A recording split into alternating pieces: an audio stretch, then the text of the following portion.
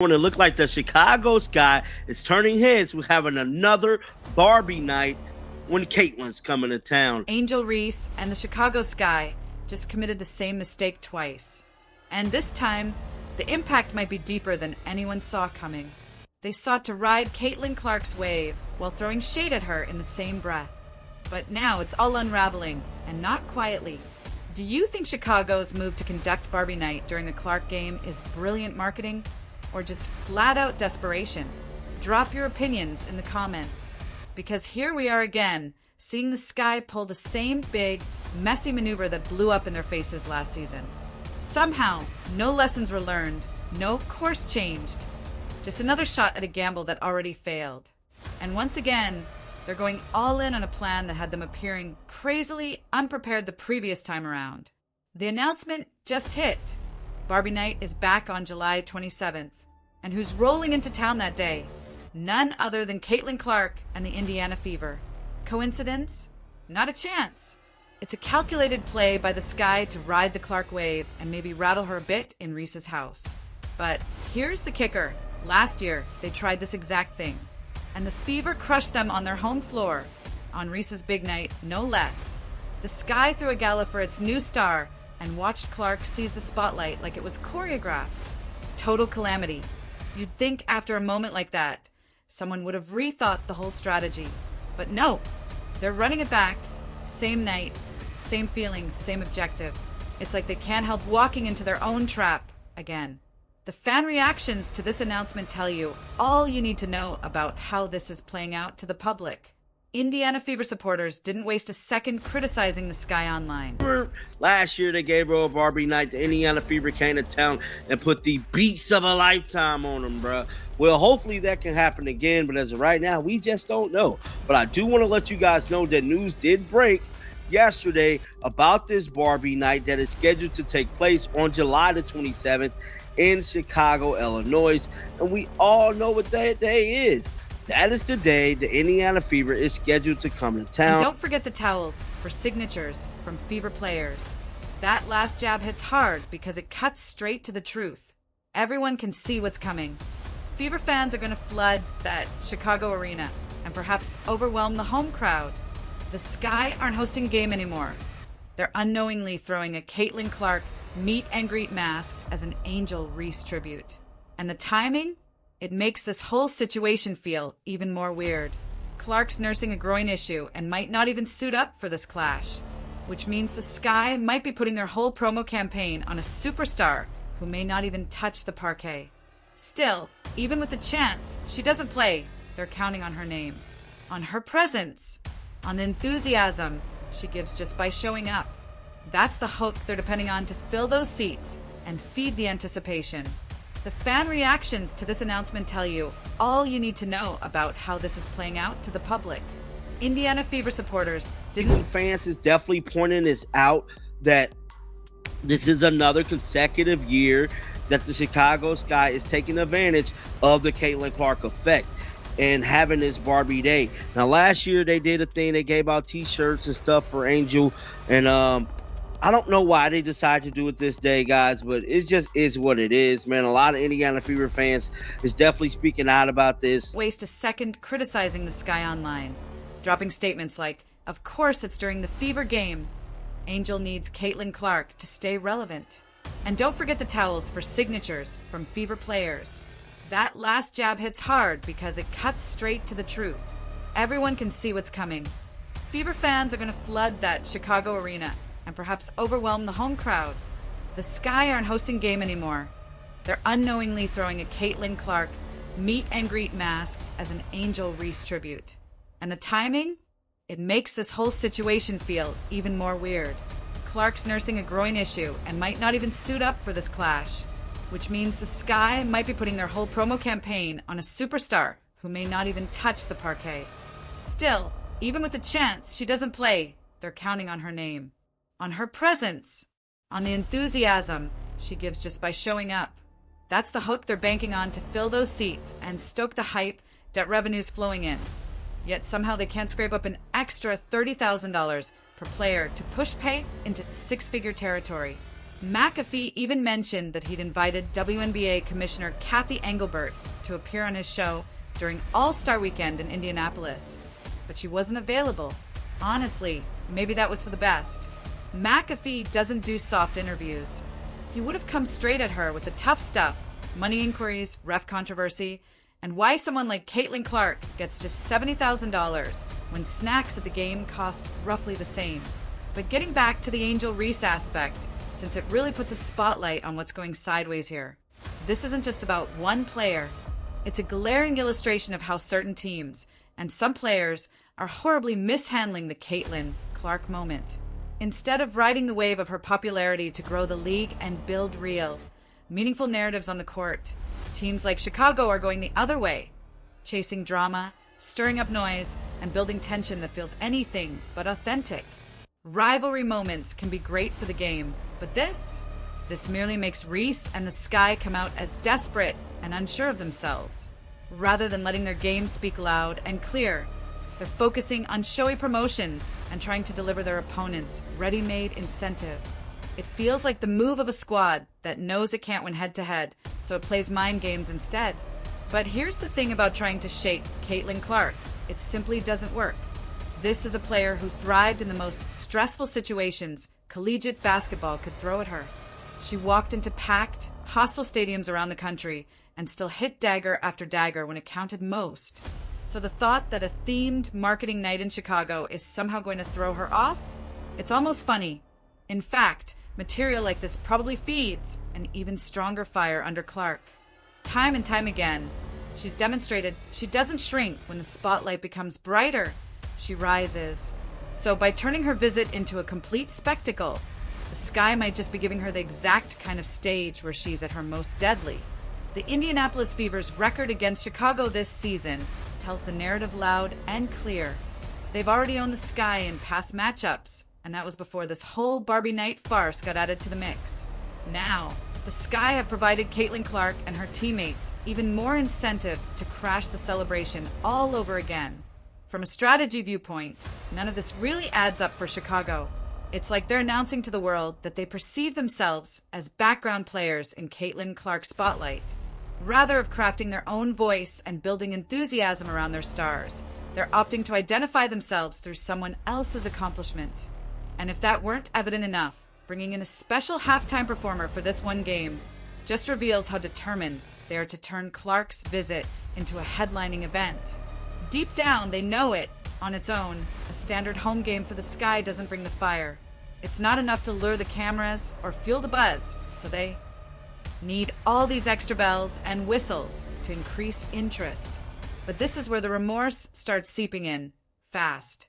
By turning this game into a great spectacle and adding on all the hype and attention, the Sky have set the stage for an even more painful shame if it all goes sideways. Last year's Barbie night disaster was awful enough, but at least it didn't come with this degree of anticipation.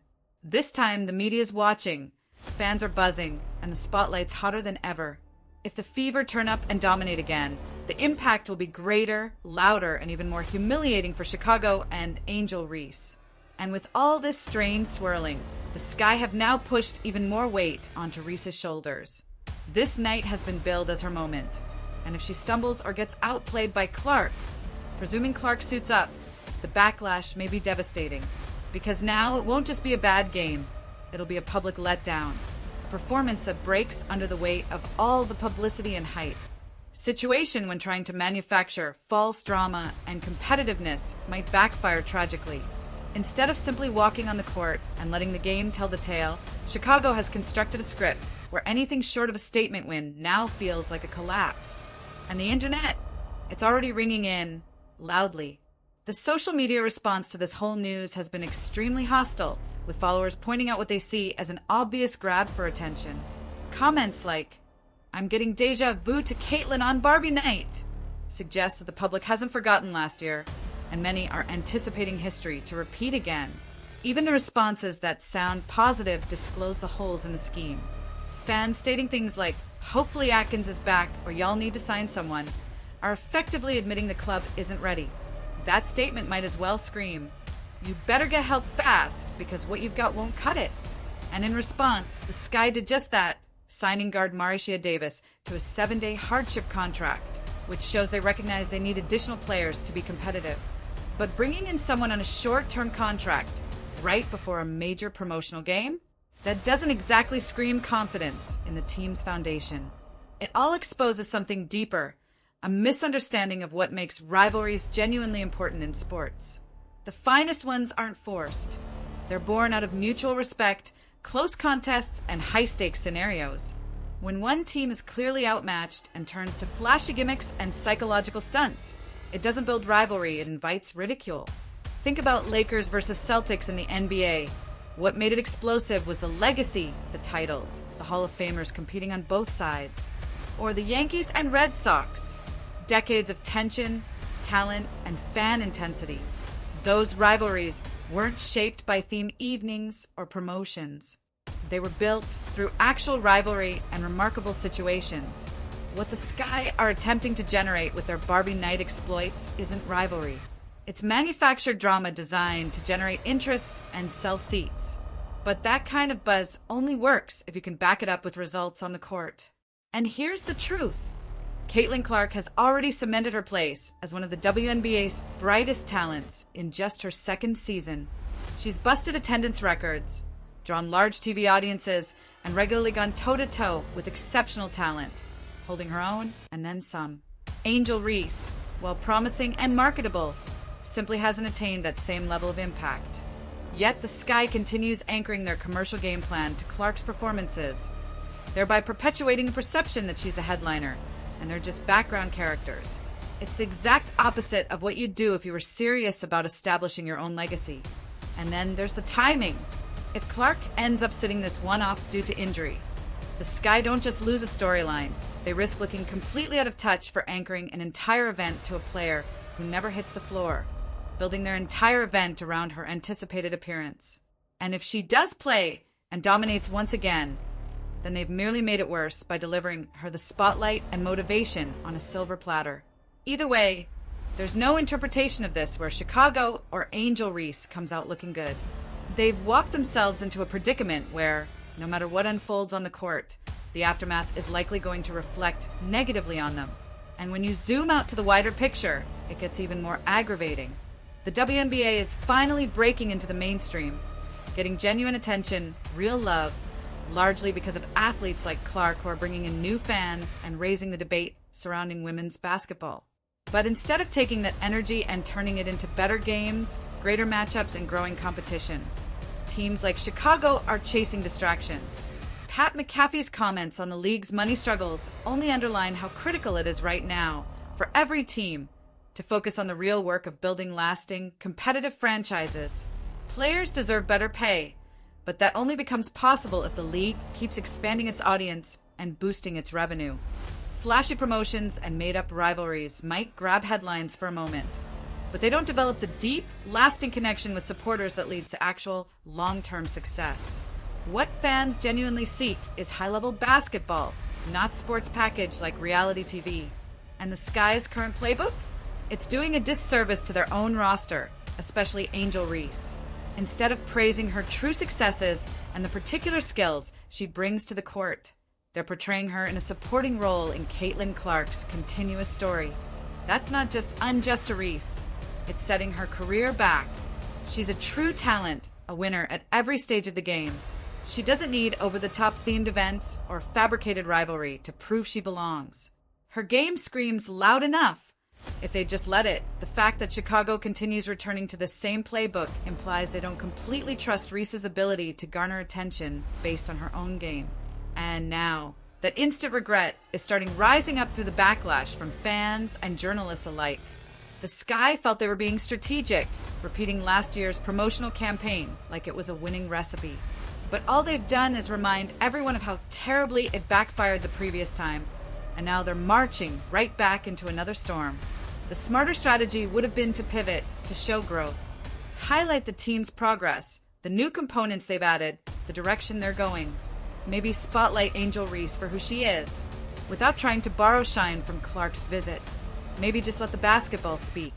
But instead, Chicago doubled down on a failed plan and crossed their fingers for a different outcome. That's not strategy. That's the textbook definition of insanity. And judging by the early fan reaction and the buzz on social media, it's already unraveling, just like it did last year. The July 27th game is still days away, but Chicago's reputation is already taking a hit. Once again, they've depicted themselves as desperate for attention instead of focused on winning basketball. And that's not the image that earns lasting fan loyalty or attracts top-tier talent and leadership. Angel Reese deserves more than being cast as a side character in a marketing ploy. Caitlin Clark deserves more than having her true basketball excellence turned into a made-up competition. And WNBA fans? They deserve so much more than gimmicks, disguised up as game night excitement. What should have been an intriguing battle has now been turned into a circus, where the sport takes a backseat to the spectacle. Nobody wins in that scenario. And once again, the Sky are looking down the same disappointment they had last time, when the hype didn't meet reality. So here we are again. Another dangerous stunt. Another approaching crash. Will they ever understand that no gimmick substitutes true basketball? Drop your predictions for this Barbie night mess in the comments below. And don't forget to like and subscribe for more WNBA reality checks.